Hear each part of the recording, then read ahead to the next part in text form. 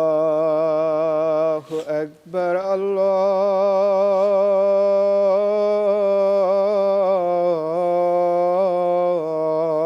الله أكبر الله أكبر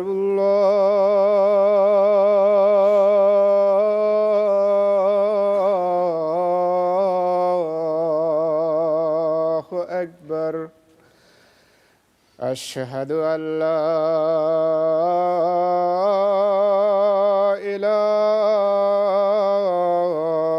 إله إلا الله أشهد أن لا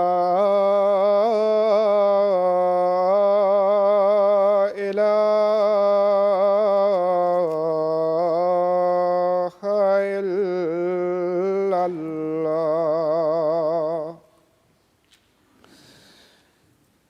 أشهد أن محمدًا رسول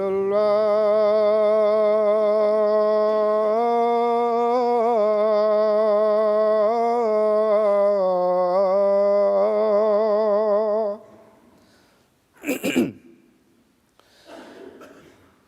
أشهد أن محمدًا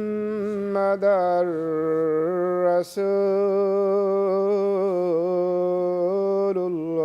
الله حي على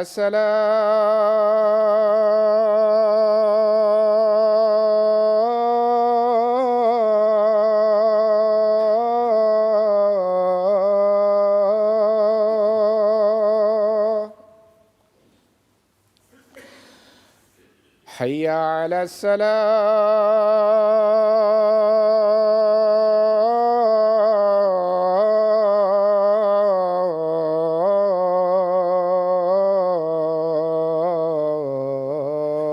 الصلاة حي على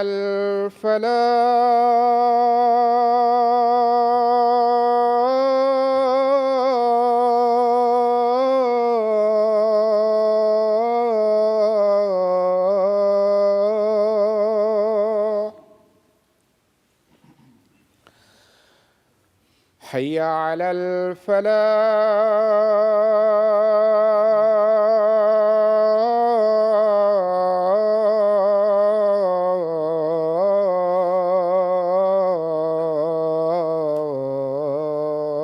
الفلاح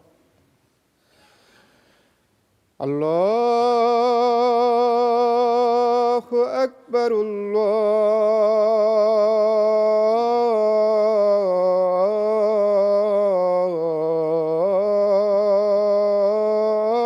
الله أكبر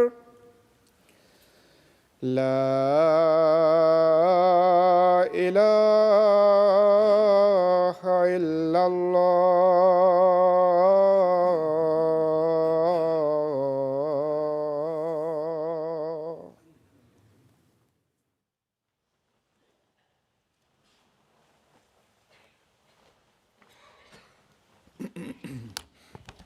السلام علیکم ورحمۃ اللہ۔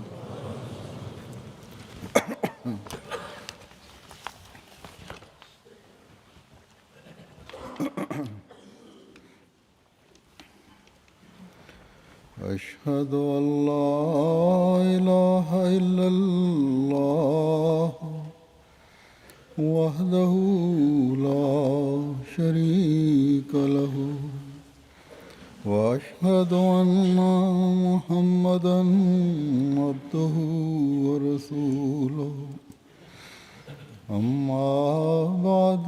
فأعوذ بالله من الشيطان الرجيم بسم الله الرحمن الرحيم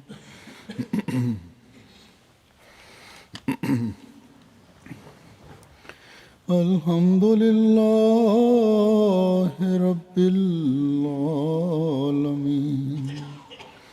الرحمن الرحيم مالك يوم الدين إياك نعبد وإياك نستعين اهدنا الصراط المستقيم صراط الذين أنعمت عليهم غير المغضوب عليهم ولا الضالين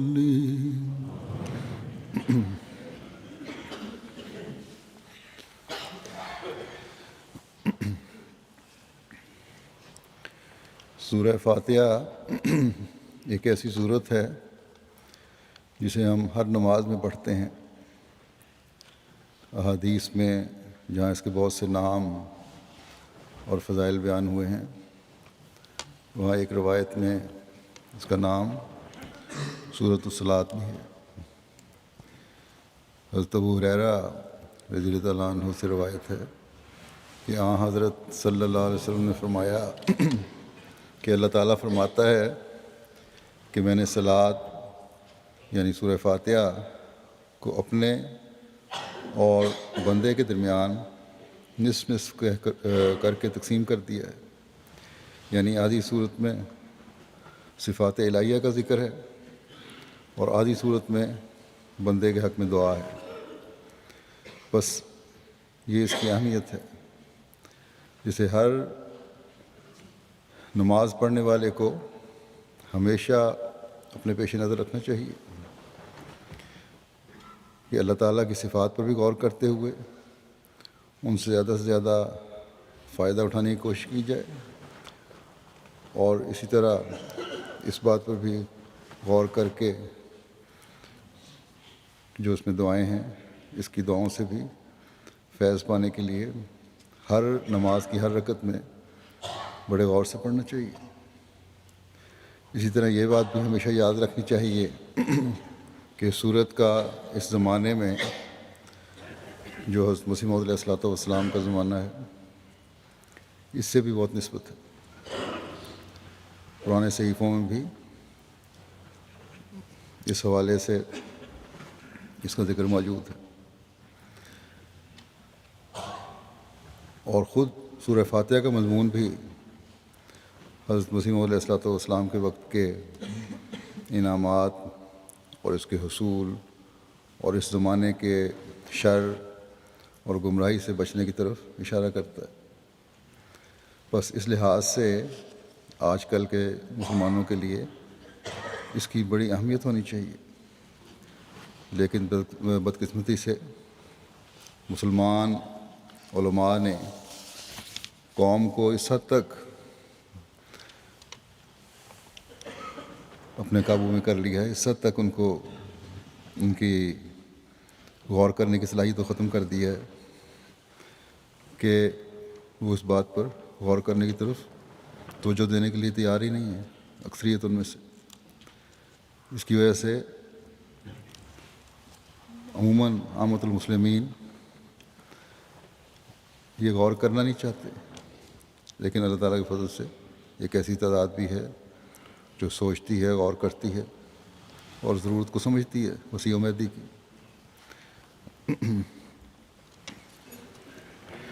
بس یہ لوگ جو مولوی کے ہاتھ چڑھے ہوئے ہیں، یہ مولوی اور یہ نام نہاد علماء تو انہیں شر اور گمراہی کی طرف لے جا رہے ہیں۔ بس جب ہر درد مند دل رکھنے والا مسلمان اس بات کا اظہار کرتا ہے کہ شر، شرک اور گمراہی کا دور دورہ ہے، اور یہ ہر جگہ ہمیں پھیلتی نظر آ رہی ہے، اور اس کے دور کرنے کے لیے اللہ تعالیٰ کے کسی خاص بندے کی ضرورت ہے۔ یہ احساس تو ہے ان میں، تو پھر تلاش بھی کرنا چاہیے کہ وہ بندہ کہیں آ تو نہیں گیا۔ یقیناً اللہ تعالیٰ کا وہ خاص بندہ آ چکا ہے، لیکن اکثریت، جیسا کہ میں نے کہا، علماء کے پیچھے چل کر اسے ماننے کو تیار نہیں، یا خوف کی وجہ سے ماننے کو تیار نہیں۔ بس علماء کو بھی اور عوام الناس کو بھی خدا تعالیٰ سے رہنمائی لینی چاہیے اور اپنی ضد چھوڑ دینی چاہیے۔ بہرحال ہمارا کام پیغام پہنچانا ہے، اور وہ ہم انشاءاللہ تعالیٰ پہنچاتے رہیں گے، اپنا کام کرتے چلے جائیں گے۔ لیکن اس کے ساتھ ہی ہم احمدیوں کو، جو حضرت صلی اللہ علیہ وسلم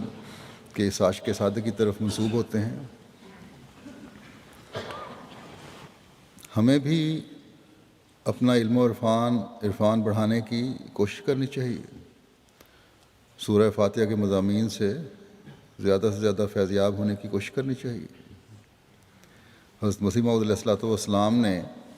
جس طرح اس صورت کو مختلف جگہوں پر اپنی تحریرات میں بیان فرمایا ہے، اس کے مضامین کو کھول کر ہمارے سامنے بیان فرمایا ہے، یقیناً ہم پر یہ ذمہ داری ڈالتا ہے کہ ہم اس کو سمجھنے کی کوشش کریں، اس کا ادراک حاصل کرنے کی کوشش کریں، تاکہ ہم اپنی ذات پر اس مضمون کو جاری کر کے اس سے فیضیاب ہو سکیں۔ اس وقت میں حضرت مسیح موعود علیہ الصلوۃ والسلام کے الفاظ میں آپ علیہ السلام کی سورہ فاتحہ کی دوسری آیت، یعنی بسم اللہ الرحمن الرحیم کے بعد جو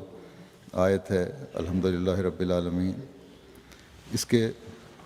حوالے پیش کروں گا۔ آپ نے اس آیت کے اندر سموئے ہوئے مختلف مضامین کو مختلف رنگ میں بیان فرمایا ہے۔ یہ چند حوالے میں نے لیے ہیں، یہ آپ علیہ السلام کے اس آیت کے بارے میں وہ چند پہلو ہیں جو آپ کے علمی اور روحانی خزانے میں موجود ہیں، جن کی نشاندہی آپ نے فرمائی ہے، اور اس کے علاوہ بھی بے شمار اور حوالے ہیں صرف اس ایک آیت کے۔ یقیناً ان کو پڑھنے سے، سننے سے علم و عرفان بڑھتا ہے، لیکن نہ ہی ایک مرتبہ سننے سے اس کے گہرے مطالب تک انسان پہنچ سکتا ہے، اور نہ ہی یہ ممکن ہے کہ پہنچا جا سکے۔ اس کو سمجھنے کے لیے اپنا مطالعہ بھی ضروری ہے، تبھی ہم زمانے کے امام کے ان روحانی خزائن کا صحیح فہم اور ادراک حاصل کر سکیں گے اور اس سے استفادہ کر سکیں گے۔ الحمدللہ رب العالمین کی مختصر وضاحت حضرت مسیح علیہ السلام نے اس طرح فرمائی ہے۔ آپ فرماتے ہیں کہ الحمدللہ تمام محامد اس ذات معبود برحق مستجمع جمیع صفات کاملہ کو ثابت ہیں، یعنی تمام جو حمد ہے، تعریف ہے، وہ اللہ تعالیٰ پر ہی ثابت ہوتی ہے، جو تمام صفات کا، جس میں تمام صفات جمع ہیں، اور اللہ تعالیٰ ہی ہے جس میں ان صفات کا، یہ صفات کامل طور پر پائی جا سکتی ہیں۔ فرمایا جمیع صفات کاملہ کو ثابت ہیں جس کا نام اللہ ہے۔ ہم پہلے بھی بیان کر چکے ہیں کہ قرآن شریف کی اصطلاح میں اللہ اس ذات کامل کا نام ہے کہ جو معبود برحق اور مستجمع جمیع صفات کاملہ اور تمام رذائل سے منزہ ہے۔ تمام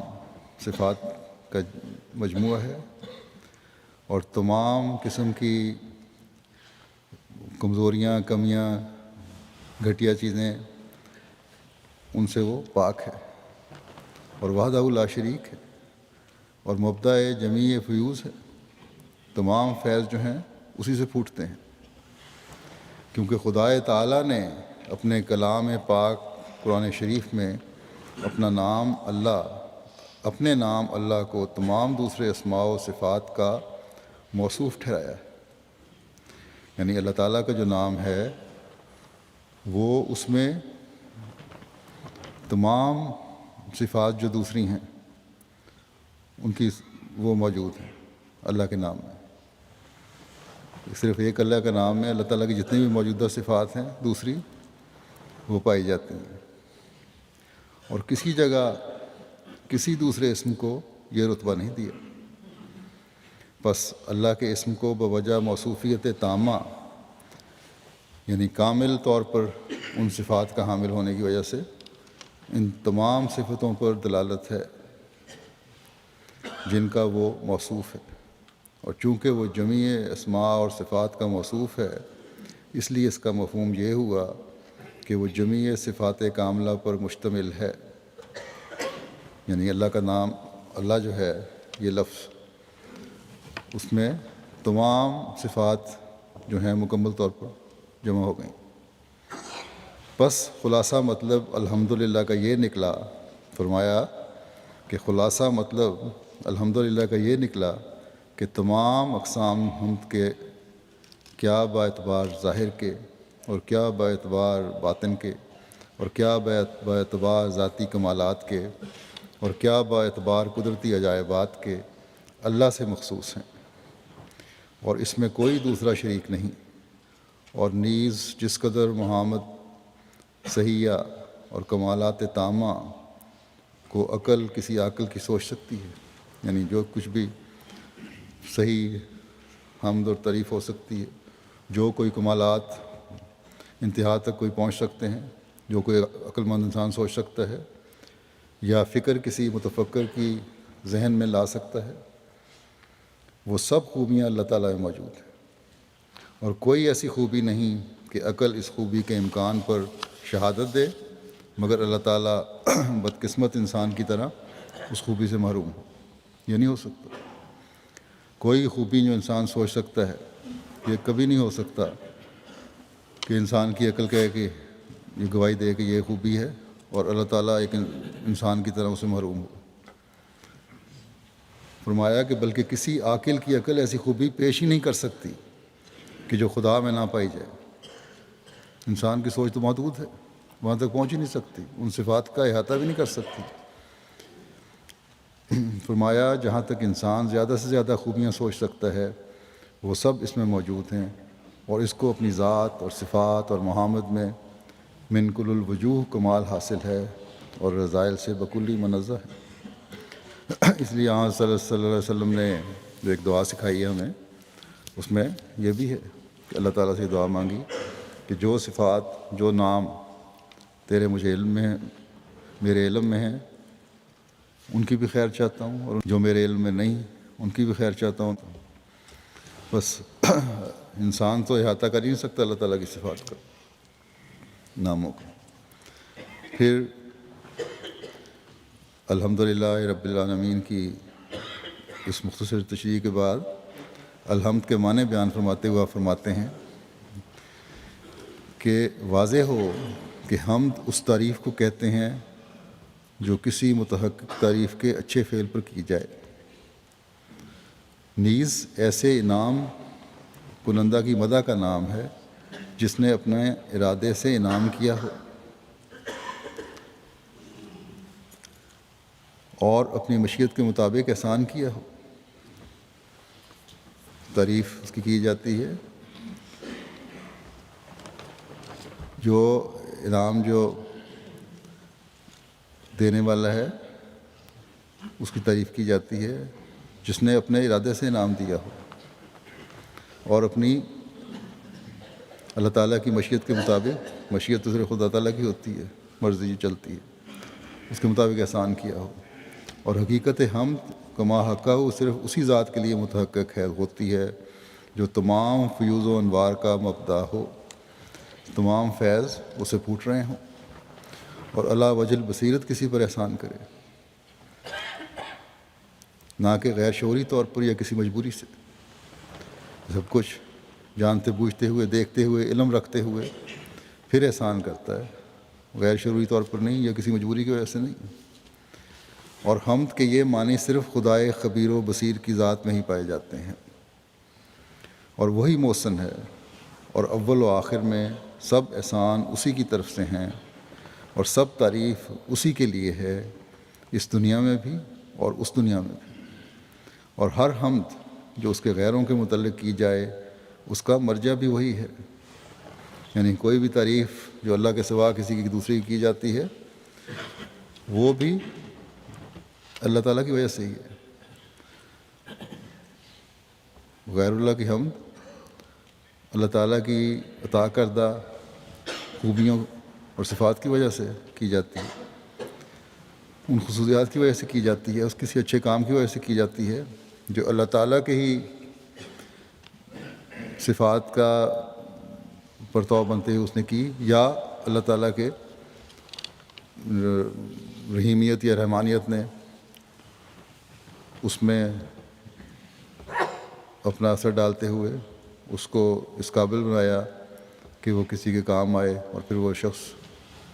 اس قابل ہوا کہ اس کو جس کے وہ کام آیا اس کی تعریف کر سکے۔ گویا کہ ہر کام کی بنیاد جو ہے کوئی بھی شخص دنیا میں جو کرتا ہے وہ اللہ تعالیٰ کی دی ہوئی توفیق سے ہی کر سکتا ہے، اس لیے پھر تعریف جو ہے آخری وہ اللہ تعالیٰ کی طرف لوٹتی ہے۔ پھر اس بارے میں مزید فرماتے ہیں آپ کہ حمد اس تعریف کو کہتے ہیں جو کسی صاحب اقتدار شریف ہستی کے اچھے کاموں پر اس کی تعظیم و تکریم کے ارادے سے زبان سے کی جائے، اور کامل ترین حمد رب جلیل سے مخصوص ہے، اور ہر قسم کی حمد کا مرجع خواہ وہ تھوڑی ہو یا زیادہ ہمارا وہ رب ہے جو گمراہوں کو ہدایت دینے والا اور ذلیل لوگوں کو عزت بخشنے والا ہے، اور وہ محمودوں کا محمود ہے، یعنی وہ ہستیاں جو خود قابل حمد ہیں وہ سب اس کی حمد میں لگی ہوئی ہیں۔ جیسا کہ انہوں نے کہا سب کچھ اس کی طرف ہی لوٹتا ہے۔ یہ فرمایا آپ نے کہ گمراہوں کو ہدایت دینے والا ہے، جب گمراہوں کو ہدایت دیتا ہے تو نتیجتاً ہدایت پانے والا خدا تعالیٰ کی طرف جھکے گا، اس کی حمد کرے گا۔ دنیا کی نظر میں ذلیل لوگ ہیں وہ اللہ تعالیٰ کے ہاں عزت پاتے ہیں، جیسے کہ انبیاء کے مخالفین کا طریق ہے، کہتے ہیں تمہارے ماننے والے تو ہمیں بادی و نظر میں ذلیل لوگ نظر آتے ہیں، لیکن اللہ تعالیٰ ایک وقت میں ایسے حالات بدلتا ہے، وہی فرعون زندگی کی بھیک مانگتا ہے، وہی مکہ کے سردار اپنی جان کی امان مانگتے ہیں، اور یہ بات مومنین کو پھر ایک حقیقی حمد کی طرف متوجہ کرتی ہے، اس کا ادراک دلاتی ہے۔ اسی طرح اس زمانے میں بھی جو آج کل سمجھتے ہیں کہ یہ ذلیل ہیں، جماعت احمدیہ کی حقیر کوئی حیثیت نہیں ہے، حقیر سے لوگ ہیں، ہم سے یہ کر دیں گے وہ کر دیں گے۔ ایک تو اللہ تعالیٰ ساتھ ساتھ اپنی قدرت دکھا رہا ہے، لیکن ایک وقت آئے گا جب یہ لوگ ختم ہو جائیں گے۔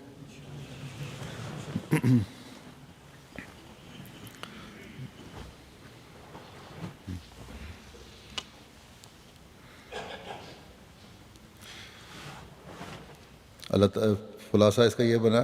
کہ اللہ تعالیٰ کی حمد میں یہ بھی اشارہ ہے کہ خدا تعالیٰ کامل تعریف کیا گیا ہے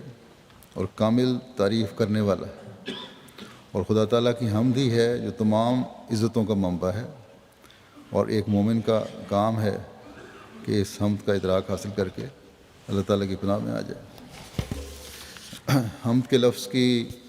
مزید وضاحت کرتے ہوئے کہ اللہ تعالیٰ نے قرآن مجید کو حمد سے کیوں شروع کیا، اس میں کیا حکمت ہے، آپ فرماتے ہیں کہ اللہ تعالیٰ نے اپنی کتاب کو حمد سے شروع کیا ہے، نہ کہ شکر اور مدح سے، کیونکہ لفظ حمد ان دونوں الفاظ کے مفہوم پر پوری طرح حاوی ہے اور وہ ان کا قائم مقام ہوتا ہے، مگر اس میں اصلاح، آرائش اور ذبائش کا مفہوم اس سے زیادہ ہے۔ خوبصورتی بھی ہے، حسن بھی ہے، اس میں اصلاح بھی ہے۔ چونکہ کفار بلا وجہ اپنے بتوں کی حمد کیا کرتے تھے اور وہ ان کی مدح کے لیے حمد کے لفظ کو اختیار کرتے تھے اور یہ عقیدہ رکھتے تھے کہ وہ معبود تمام عطایا اور انعامات کے سرچشمہ ہیں اور سخیوں میں سے ہیں۔ اسی طرح ان کے مردوں کی ماتم کرنے والیوں کی طرف سے وہ فاخر شماری کے وقت، بلکہ میدانوں میں بھی، اور مطلب ان کے بڑے فخر سے ان کے ذکر کیے جاتے تھے، میدانوں میں بھی اور ضیافتوں کے موقع پہ بھی اسی طرح حمد کی جاتی تھی جس طرح اس رازق، متولی اور ضامن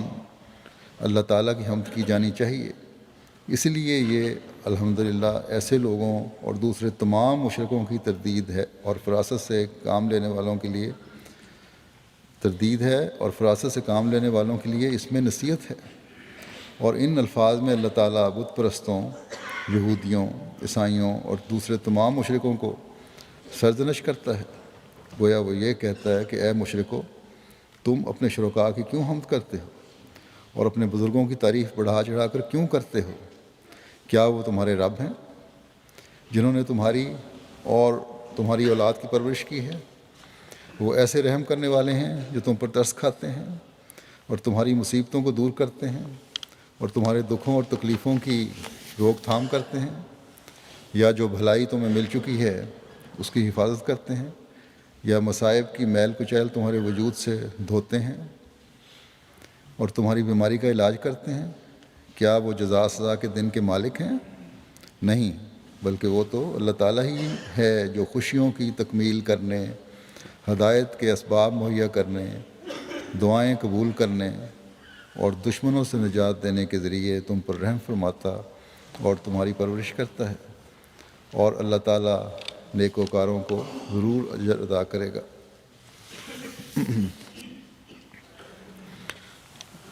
پھر اس بات کی وضاحت کرتے ہوئے کہ ہمارا خدا کامل خدا ہے اور تمام صفات کاملہ اور تمام قسم کی تعریفوں کا اللہ تعالیٰ بھی مستحق ہے اور اس میں جمع ہے، آپ فرماتے ہیں، اور اس کے ساتھ ہی الحمدللہ میں ایک یہ اشارہ بھی ہے کہ جو معرفت باری تعالیٰ کے معاملے میں اپنے بد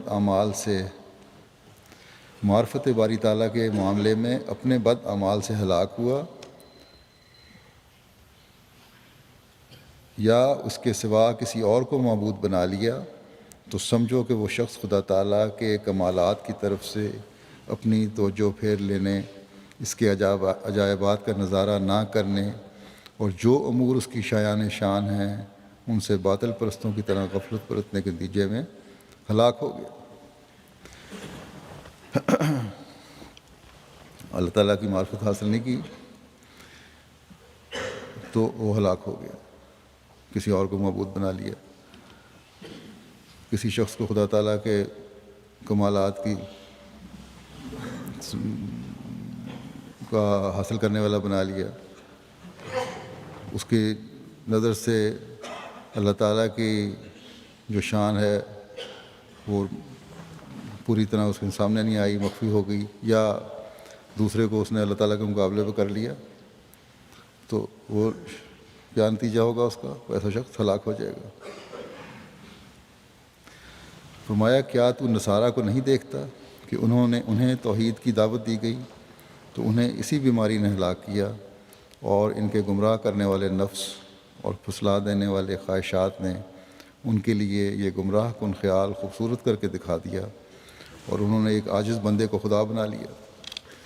اور گمراہی اور جہالت کی شراب پی لی، اللہ تعالیٰ کے کمال اور اس کی صفات ذاتیہ کو بھول گئے اور اس کے لیے بیٹے اور بیٹیاں تراش لیں۔ اگر وہ اللہ تعالیٰ کی صفات اور اس کے شایان شان کمالات پر گہری نظر ڈالتے تو ان کی عقل خطا نہ کرتی اور وہ ہلاک ہونے والوں میں سے نہ ہو جاتے۔ پس یہاں اللہ تعالیٰ نے اس طرف اشارہ فرمایا ہے کہ اللہ جل شانہ کی معرفت کے بارے میں غلطی سے بچانے والا قانون یہ ہے کہ اس کے کمالات پر پورا غور کیا جائے اور اس کی ذات کے لائق صفات کی جستجو کی جائے، اس کی صفات کا ادراک حاصل کیا جائے، اس کو تلاش کیا جائے اور ان صفات کا ورد کیا جائے، بار بار دہرایا جائے، جو ہر مادی عطیہ سے بہتر اور ہر مدد سے مناسب تر ہیں، اور اس نے اپنے کاموں سے جو صفات ثابت کی ہیں، یعنی اس کی قوت، اس کی طاقت، اس کا غلبہ اور اس کی سخاوت کا تصور کیا جائے۔ بس اس بات کو یاد رکھو اور لاپرواہ مت بنو، اور جان لو کہ ربوبیت ساری کی ساری اللہ کے لیے ہے، اور رحمانیت ساری کی ساری اللہ کے لیے ہے، اور رحیمیت ساری کی ساری اللہ کے لیے ہے، اور جزا سزا کے دن کامل حکومت اللہ کے لیے ہے۔ بس اے مخاطب، اپنے پرورش کنندہ کی اطاعت سے انکار نہ کر اور موحد مسلمانوں میں سے بن جا۔ پھر اس آیت میں اللہ تعالیٰ نے اس طرف اشارہ فرمایا ہے کہ وہ پہلی صفت کے زوال کے بعد کسی نئی صفت کو اختیار کرنے اور اپنی شان کے تبدیل ہونے اور کسی عیب کے لاحق ہونے اور نقص کے بعد خوبی کے پانے سے پاک ہے۔ یعنی کوئی نقص اس میں پیدا ہو ہی نہیں سکتا، اس لیے خوبی کا سوال ہی نہیں ہے، اس میں ہے ہی خوبیاں ہی خوبیاں۔ یہ نہیں ہو سکتا ہے کہ پہلے کوئی کمی تھی تو اس میں بہتری آ گئی، بلکہ اس کے لیے اول و آخر اور ظاہر و باطن میں عبدالآباد تک حمد ثابت ہے، اور جو اس کے خلاف کہے وہ حق سے برگشتہ ہو کر کافروں میں سے ہو گیا۔ بس اللہ تعالیٰ تمام نقائص سے پاک ہے۔ جو اس کی صفات کا صحیح ادراک نہیں کرتا وہ تباہی کے گڑھے میں گرتا ہے۔ تمام پہلی قوموں کی تباہی اسی لیے ہوئی کہ انہوں نے خدا تعالیٰ کی صفات کو نہیں پہچانا اور شرک میں پڑ گئے، اور اگر پہچان لیا تو بھول گئے۔ پھر اس بات کی وضاحت فرماتے ہوئے کہ مسلمانوں کو یہ تعلیم دی گئی ہے کہ ان کا معبود وہ ہے جس کے لیے سب حمد ہے، آپ فرماتے ہیں کہ الحمدللہ کے الفاظ میں مسلمانوں کو تعلیم دی گئی ہے کہ جب ان سے سوال کیا جائے اور ان سے پوچھا جائے کہ ان کا معبود کون ہے، تو ہر مسلمان پر واجب ہے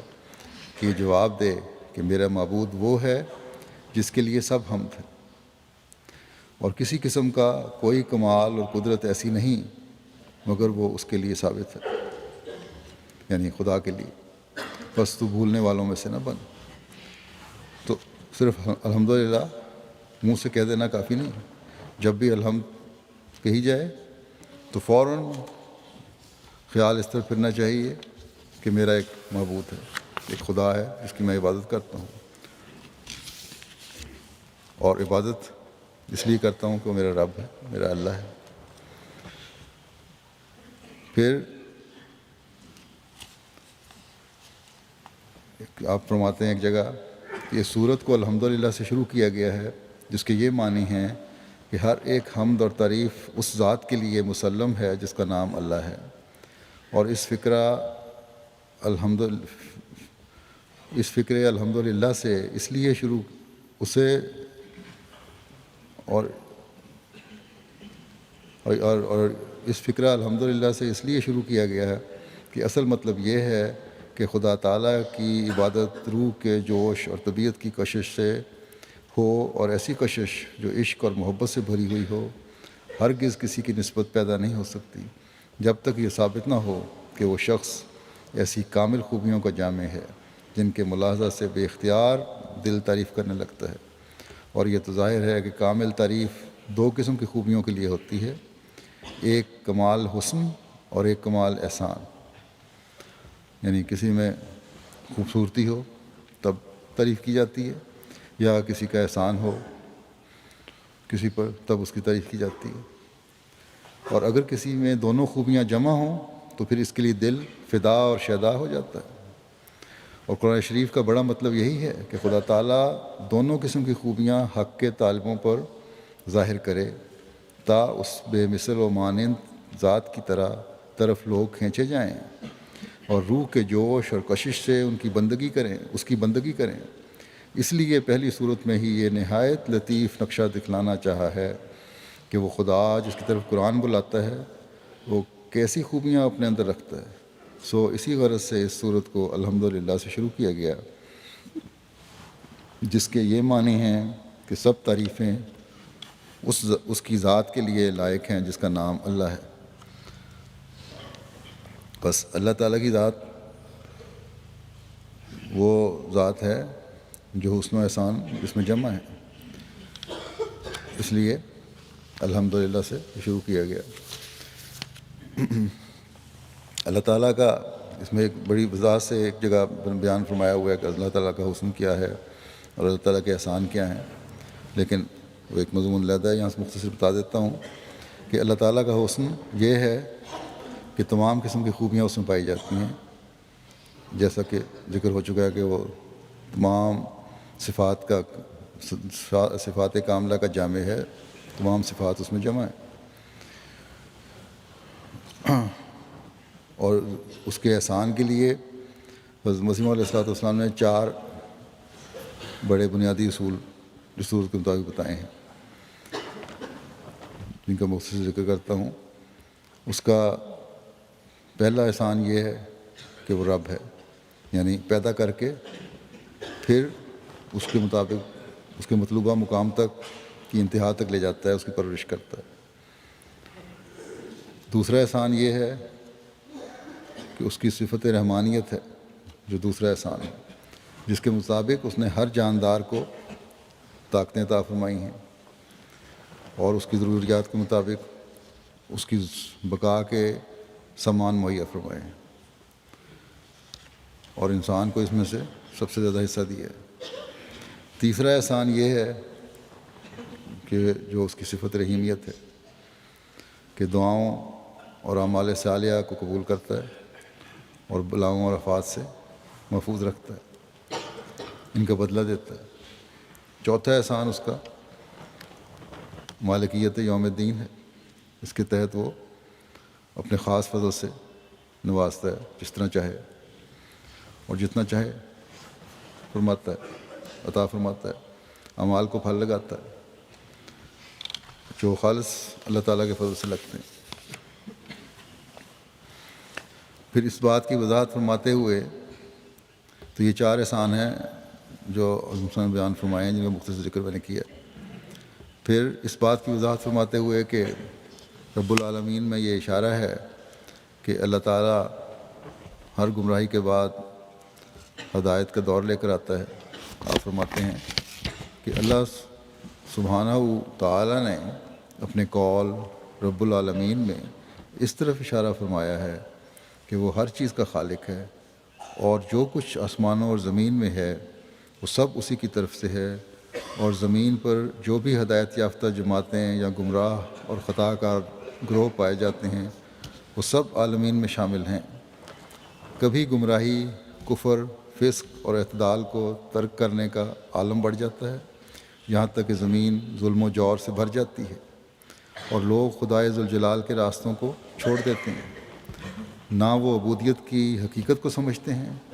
نہ ربوبیت کا حق ادا کرتے ہیں، نہ بندگی کا حق ادا کی حقیقت ان کو کے سامنے ہوتی ہے، اور نہ اللہ تعالیٰ کے رب ہونے کا حق ادا کیا جاتا ہے۔ فرمایا کہ زمانہ ایک تاریک رات کی طرح ہو جاتا ہے اور دین اس مصیبت کے نیچے روندا جاتا ہے، پھر اللہ تعالیٰ ایک اور عالم لے آتا ہے، تب یہ زمین ایک دوسری زمین سے بدل جاتی ہے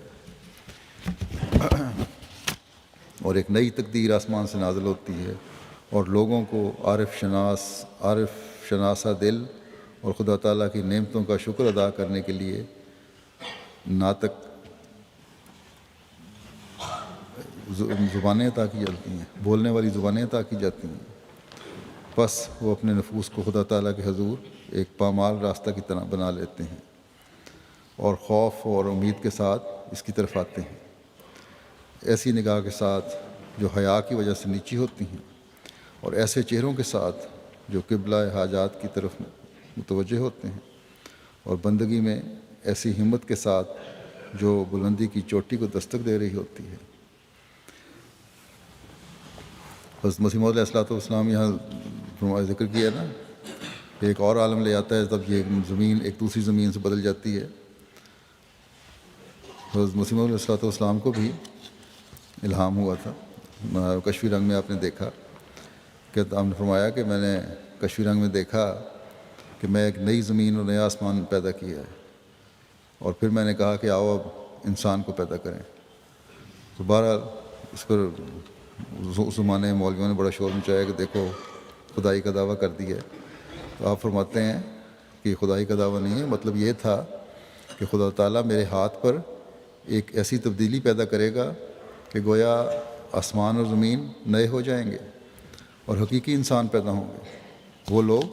جو اللہ تعالیٰ کی خالص عبادت کرنے والے ہیں، عبودیت کا حق ادا کرنے والے ہیں اور ربوبیت کی پہچان کرنے والے ہیں۔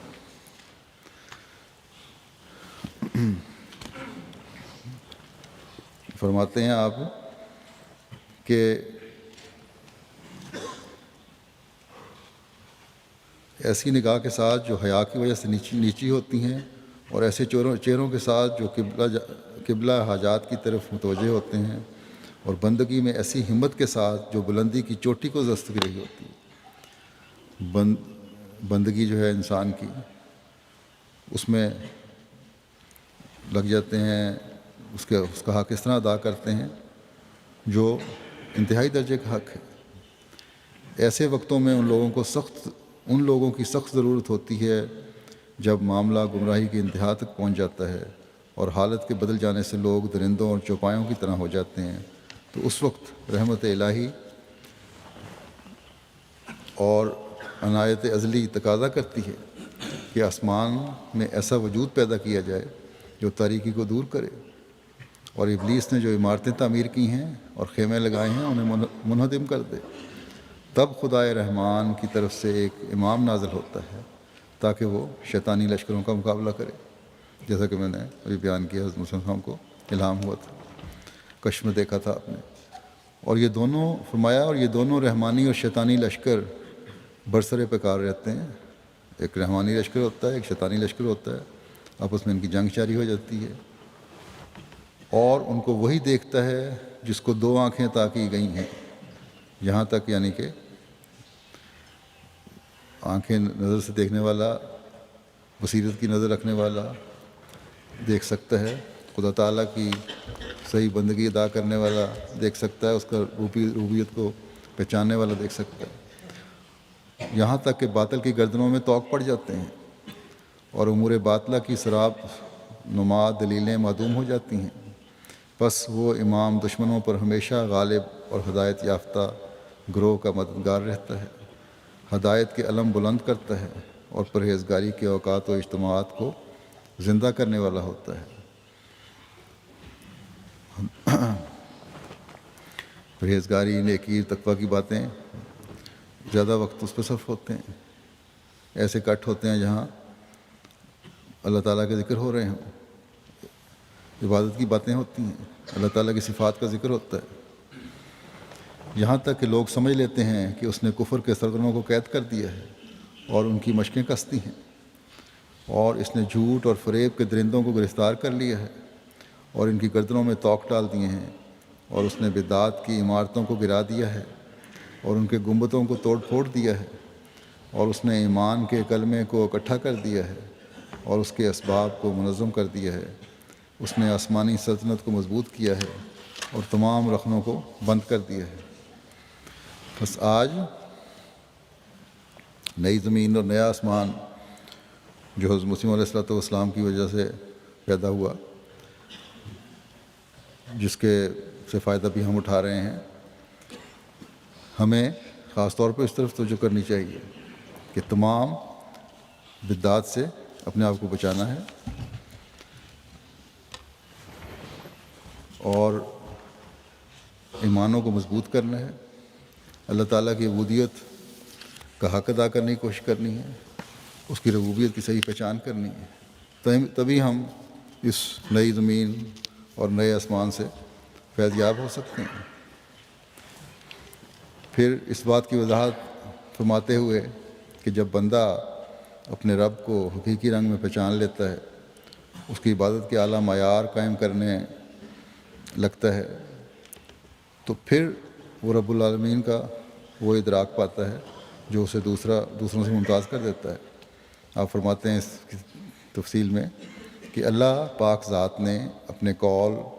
رب العالمین میں یہ اشارہ فرمایا ہے کہ وہ ہر چیز کا خالق ہے، اور آسمانوں اور زمینوں میں اسی کی حمد ہوتی ہے، اور پھر حمد کرنے والے ہمیشہ اس کی حمد میں لگے رہتے ہیں اور اپنی یاد خدا میں محو رہتے ہیں، اور کوئی چیز ایسی نہیں مگر ہر وقت اس کی تسبیح و تحمید کرتی رہتی ہے۔ اور جب اس کا کوئی بندہ اپنی خواہشات کا چولہ اتار پھینکتا ہے، اپنے جذبات سے الگ ہو جاتا ہے، اللہ تعالیٰ اور اس کی راہوں اور اس کی عبادات میں فنا ہو جاتا ہے، اپنے اس رب کو پہچان لیتا ہے جس نے اپنی عنایات سے اس کی پرورش کی، وہ اپنی تمام اوقات میں اس کی حمد کرتا ہے اور اپنے پورے دل بلکہ اپنے وجود کے تمام ذرات سے اس سے محبت کرتا ہے، تو اس وقت وہ شخص عالمین میں سے ایک عالم بن جاتا ہے۔ پھر آپ نے اس کی مثالیں دی ہیں اور فرمایا کہ عالمین سے ایک عالم وہ ہے وہ جس میں حضرت خاتم النبیین صلی اللہ علیہ وسلم مبعوث ہوئے، اور پھر آپ نے اپنے زمانے کی مثال بیان فرمائی کہ اللہ تعالیٰ نے اپنے طالبوں پر رحم کر کے ایک اور گروہ پیدا کیا ہے جو مسیح موعود اور مہدی موعود کا گروہ ہے۔ بس جب ہم رب العالمین کے اس بھیجے ہوئے کے ساتھ منسلک ہو گئے ہیں تو ہمیں اس عالم کا حصہ بننے کے لیے اپنی ترجیحات کو خالصتاً للہ کرنے کی ضرورت ہے، اور اس کے لیے ہمیں کوشش کرنی چاہیے تاکہ ہم رب العالمین کے انعامات سے فیض پانے والے بن سکیں۔ پھر اس بات کی وضاحت فرماتے ہوئے کہ عالمین میں کیا کچھ شامل ہے، عالمین کی تعریف کیا ہے، آپ فرماتے ہیں کہ عالمین سے مراد مخلوق کو پیدا کرنے والے خدا کے سوا ہر ہستی ہے، خواہ وہ عالم ارواح سے ہو یا عالم اجسام سے، روحیں ہیں یا جسم ہے، جو بھی ہے، اللہ تعالیٰ کے علاوہ ہر چیز جو ہے وہ عالمین میں شامل ہے، خواہ وہ زمینی مخلوق ہے یا سورج اور چاند اور ان کے علاوہ دیگر اجرام کی مانند کوئی چیز ہو، بس تمام عالم جناب باری کی ربوبیت کے تحت داخل ہے۔ بس جب سب کچھ اللہ تعالیٰ کی ربوبیت کے تحت ہے، اور ہم جانتے بھی ہیں کہ خدا تعالیٰ ہی ہے جو سب عالموں کا پرورش کرنے والا ہے، لیکن پھر بھی ایسے مواقع آ جاتے ہیں جب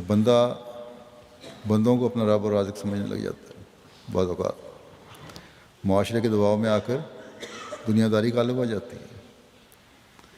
ایسے حالات میں ایک مومن کو فوراً اپنے جائزے لینے کی ضرورت ہے اور کوشش کرنی چاہیے اس کے لیے، اور جائزہ لیتے ہوئے توبہ اور استغفار سے کام لیتے ہوئے رب العالمین کی طرف لوٹنا چاہیے، تاکہ جس نئی زمین میں ہم آباد ہوئے ہیں اور جس نئے آسمان کی چھت ہمارے اوپر ہے اس سے ہم فیض پا سکیں۔ پھر اس بات کی وضاحت فرماتے ہوئے کہ ظاہری ضرورتوں کے ساتھ روحانی ضرورتیں بھی اللہ تعالیٰ پوری فرماتا ہے، اس رب العالمین کی وضاحت میں آپ فرماتے ہیں کہ خدا تمام دنیا کا خدا ہے، اور جس طرح اس نے ظاہری جسمانی ضروریات اور تربیت کے واسطے مواد اور سامان تمام قسم کی مخلوق کے واسطے بلا کسی امتیاز کے مشترکہ طور سے پیدا کیے ہیں، اور ہمارے اصول کے روح سے وہ رب العالمین ہے، اور اس نے اناج، ہوا، پانی، روشنی وغیرہ سامان تمام مخلوق کے واسطے بنائے ہیں، اسی طرح سے وہ ہر ایک زمانے میں ہر ایک قوم کی اصلاح کے واسطے وقتاً فوقتاً مسلح بھیجتا رہا ہے، جیسا کہ قرآن کریم شریف میں ہے وَإِن مِّنْ أُمَّةٍ إِلَّا خَلَا فِيهَا نَذِيرٌ۔ بس جو بھیجتا رہا ہے تو اس زمانے میں بھی بھیجا۔ پھر رب العالمین کے اس پہلو کی وضاحت کرتے ہوئے کہ اللہ تعالیٰ کا فیض کسی خاص قوم سے خاص نہیں ہے،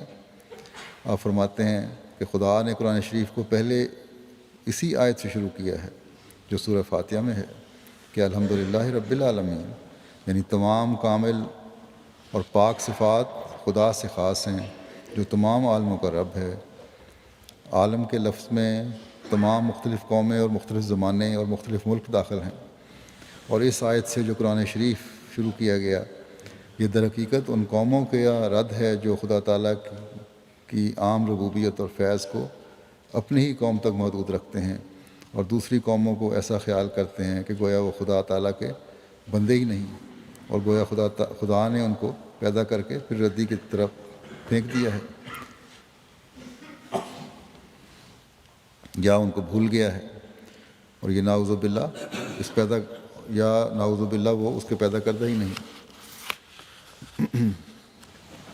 بس جس طرح رب العالمین مادی سامان انسان کی پرورش کا مہیا فرماتا ہے، روحانی سامان بھی مہیا فرماتا ہے، یہ اس کی ربوبیت ہے۔ جو اس سے انکار کرتا ہے وہ اللہ تعالیٰ کی صفت ربوبیت سے انکار کرتا ہے۔ بس وہ لوگ جو سورہ فاتحہ بھی پڑھتے ہیں اور پھر مسیح موت کا انکار کر رہے ہیں اس زمانے میں، انہیں بھی سوچنا چاہیے، اور ہمیں بھی حضرت مسیح علیہ السلام کے ساتھ بیعت کرنے کے بعد، جیسے کہ میں نے کہا، اپنی یہ کوشش کرنی چاہیے کہ ہم اپنی روحانی اور تقویٰ میں ترقی کرنے والے ہیں۔ پھر آپ فرماتے ہیں کہ لفظ حمد میں ایک اور اشارہ بھی ہے، اور وہ یہ کہ اللہ تبارک و تعالیٰ فرماتا ہے کہ اے میرے بندو، میری صفات سے مجھے شناخت کرو اور میرے کمالات سے مجھے پہچانو۔ میں ناقص ہستیوں کی مانند نہیں، بلکہ میری حمد کا مقام انتہائی مبالغے سے حمد کرنے والوں سے بڑھ کر، اور تم آسمانوں اور زمینوں میں کوئی قابل تعریف صفات نہیں پاؤ گے جو تمہیں میری ذات میں نہ مل سکیں، اور اگر تم میری قابل حمد صفات کو شمار کرنا چاہو تو تم ہرگز انہیں نہیں گن سکو گے، اگرچہ تم کتنا ہی جان توڑ کر سوچو اور اپنے کام میں مستغرق ہونے والوں کی طرح ان صفات کے بارے میں کتنی ہی تکلیف اٹھاؤ۔ خوب سوچو، کیا تمہیں کوئی ایسی حمد نظر آتی ہے جو میری ذات میں نہ پائی جاتی ہو؟ کیا تمہیں ایسے کمال کا سراغ ملتا ہے جو مجھ سے اور میری بارگاہ سے بعید ہو؟ اور اگر تم ایسا گمان کرتے ہو تو تم نے مجھے پہچانا ہی نہیں، اور تم اندھوں میں سے ہو، بلکہ یقیناً میں اللہ تعالیٰ اپنی ستودہ صفات اور اپنے کمالات سے پہچانا جاتا ہوں، یعنی وہ صفات جو ان کی تعریف کی جاتی ہے اور اپنے کمالات جو ہیں ان سے پہچانا جاتا ہوں، اور میری موسلا دھار بارش کا پتہ میری برکات کے بادلوں سے ہوتا ہے۔ پس جن لوگوں نے مجھے تمام صفات کاملہ اور تمام کمالات کا جامع یقین کیا، اور انہوں نے جہاں جہاں جو کمال بھی دیکھا اور اپنے خیال کی انتہائی پرواز تک انہیں جو جلال بھی نظر آیا، انہوں نے اسے میری طرف ہی نسبت دی، اور ہر عظمت جو ان کی عقلوں اور نظروں میں نمایاں ہوئی، اور ہر قدرت جو ان کے افکار کے آئینے میں انہیں دکھائی دی، ان کی فکروں کی سوچ جہاں تک تھی اس میں دکھائی دی، انہوں نے اسے میری طرف ہی منسوب کیا۔ بس یہ ایسے لوگ ہیں جو میری معرفت کی راہوں پر گامزن ہیں، حق ان کے ساتھ ہے اور وہ کامیاب ہونے والے ہیں۔ بس اللہ تعالیٰ تمہیں عافیت سے رکھے، اٹھو، خدائے ذوالجلال کی صفات کی تلاش میں لگ جاؤ، اور دانش مندوں اور غور و فکر کرنے والوں کی طرح ان میں سوچ و بچار اور ایمان نظر سے کام لو، یعنی گہری سوچ اور نظر سے کام لو، اچھی طرح دیکھ بھال کرو اور کمال کے ہر پہلو پر گہری نظر ڈالو، اور اس عالم کے ظاہر میں اور اس کے باطن میں اس طرح تلاش کرو جیسے ایک حریص انسان بڑی رغبت سے اپنی خواہشات کی تلاش میں لگا رہتا ہے۔ بس جب تم اس کے کمال تام کو پہنچ جاؤ اور اس کی خوشبو پا لو تو گویا تم نے اسی کو پا لیا، اور یہ ایسا راز ہے جو صرف ہدایت کے طالبوں پر ہی کھلتا ہے۔ بس یہ تمہارا رب اور تمہارا آقا ہے جو خود کامل ہے اور تمام صفات کاملہ اور محمد کا جامع ہے۔ اس کو وہی شخص پہچان سکتا ہے جو سورہ فاتحہ میں تدبر کرے، اس کو وہی شخص پہچان سکتا ہے جو سورہ فاتحہ میں تدبر کرے اور درد مند دل کے ساتھ خدا تعالیٰ سے مدد مانگے۔ وہ لوگ جو اللہ تعالیٰ سے عہد باندھتے وقت اپنی نیت کو خالص کر لیتے ہیں اور اس سے عہد باندھتے ہیں اور اپنے نفوس کو ہر قسم کے بغض اور کینے سے پاک کرتے ہیں ان پر اس صورت کے دروازے کھول دیے جاتے ہیں اور وہ فوراً صاحب بصیرت بن جاتے ہیں۔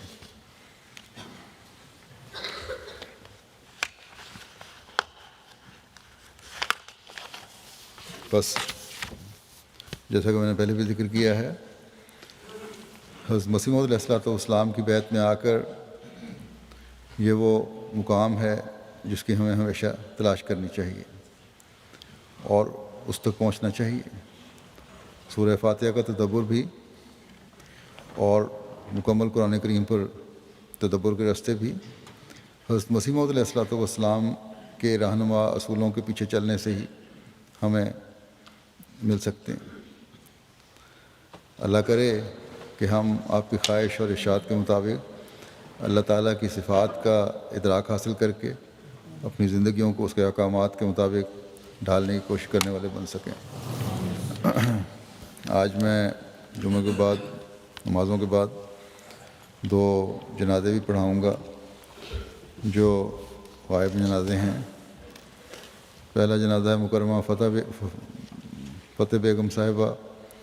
اہلیہ مکرم مولانا احمد خان نسیم صاحب مرحوم، جو ایڈیشنل ناظر اصلاح و ارشاد تھے مقامی کے روا میں۔ عرصہ ہوا مکرم احمد خان نسیم صاحب فوت ہو گئے۔ ان کی اہلیہ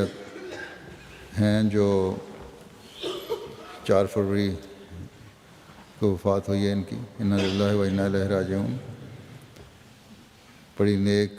دعا گو اور نمازوں کے پابند اور تہجد گزار، تقوی شعار اور وفا شعار ختم تھیں۔ قرآن کریم کی تلاوت بڑی باقاعدگی سے کرنے والی ان کے میاں، جیسا کہ میں نے بتایا، مولانا احمد خان نسیم صاحب ایڈیشنل ناظر اصلاح و ارشاد تھے مقامی کے، جس میں عموماً دیہاتی جماعتوں یا ضلع شامل تھے، یا بعض ایسے جن میں زیادہ دیہاتی جماعتیں تھیں۔ اور ضلع جھانگ اور سرگودا کا ضلع روا کے قریب ہونے کی وجہ سے احمدی اکثر روا آ جایا کرتے تھے وہاں کے، اور مولوی احمد خان نسیم صاحب کا گھر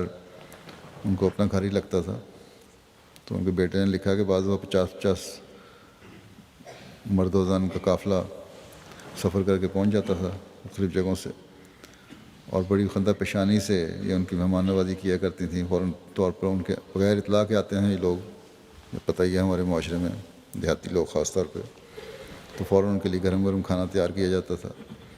کبھی ان کے چہرے پر شکن نہیں آئی کہ وہ لوگ کس طرح آ گئے۔ اور پھر یہ ہے کہ مولوی صاحب کی وفات کے بعد بھی ان لوگوں سے ایک تعلق قائم ہو گیا تھا، تو انہوں نے اس تعلق کو جاری رکھا اور لوگ اسی طرح ان کے گھر آتے رہے۔ وہ ربا کا بہت خیال رکھتی تھیں، کبھی اپنے بچوں سے کچھ نہیں لیا، لیکن ان کو یہ تلقین ضرور کیا کرتی تھیں غریبوں کو، تو جو رقم پاس ہوتی اپنی غریبوں، فقیروں اور یتیموں کو تقسیم کر دیا کرتی تھیں۔ ان کے گھر میں کہتے ہیں کہ غریبوں کا تانتا بندہ رہتا تھا، دکھ سکھ بانٹنے والی بھی ان کے پاس آ جایا کرتی تھیں۔ اور سب سے بڑی خوبی یہ کہ خلافت سے انتہائی وفا کا تعلق تھا، ہمیشہ بچوں کو بھی اس کی تلقین کی، محبت پیدا کروائی ان کے دلوں میں، اور اس کے لیے کوشش کرتی رہتی تھی۔ موسیہ تھیں،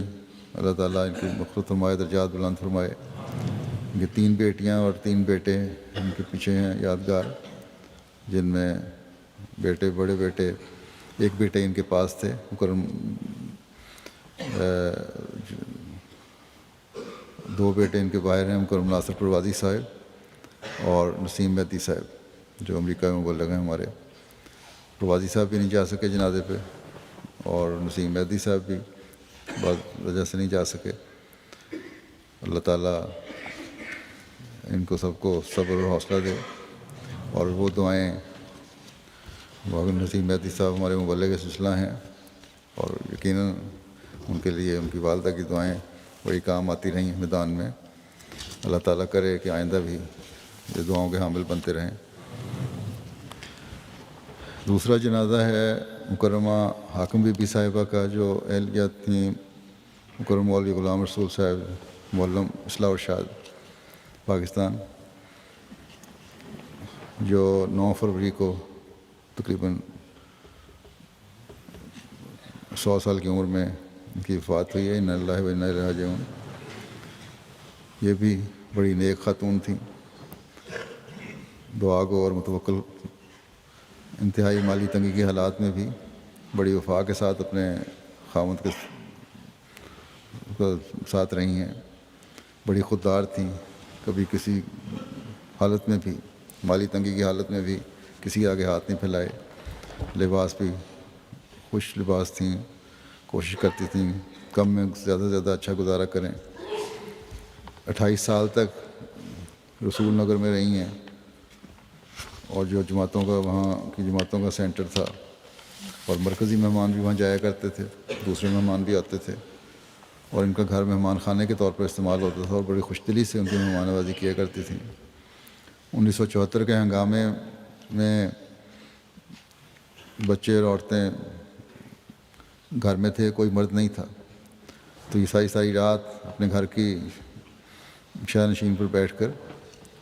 گھر میں جو موجود ہتھیار تھا اس کے ساتھ پہرا دیتی تھیں، اور پھر جماعت کی غیرت،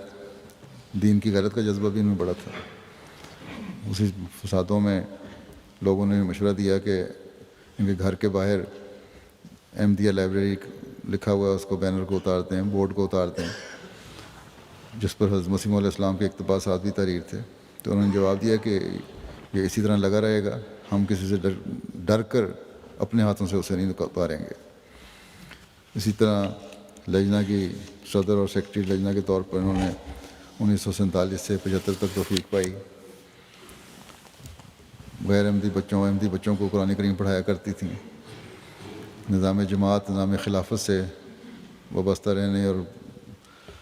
خاص طور پر بہت تلقین کرتی تھیں۔ ان کے بیٹے، 3 بیٹے اور 3 بیٹے ہیں، 2 بیٹیاں ہیں، اور ایک بیٹے ان کے ہمارے واقف زندگی مبارک احمد ظفر صاحب ہیں، جو ایڈیشنل وکیل المال ہیں یہاں لندن میں، اور دوسرے مبشر احمد ظفر صاحب، یہ بھی واقف زندگی ہیں، سروس کے بعد وقف کیا ہے۔ اللہ تعالیٰ ان سب کو صبر اور حوصلہ دے اور ان کو درجات بلند فرمائے مرحومہ کے۔ ابھی نماز، جیسا کہ میں نے کہا کہ نمازوں کے بعد ان کا جنازہ ادا کیا جائے گا۔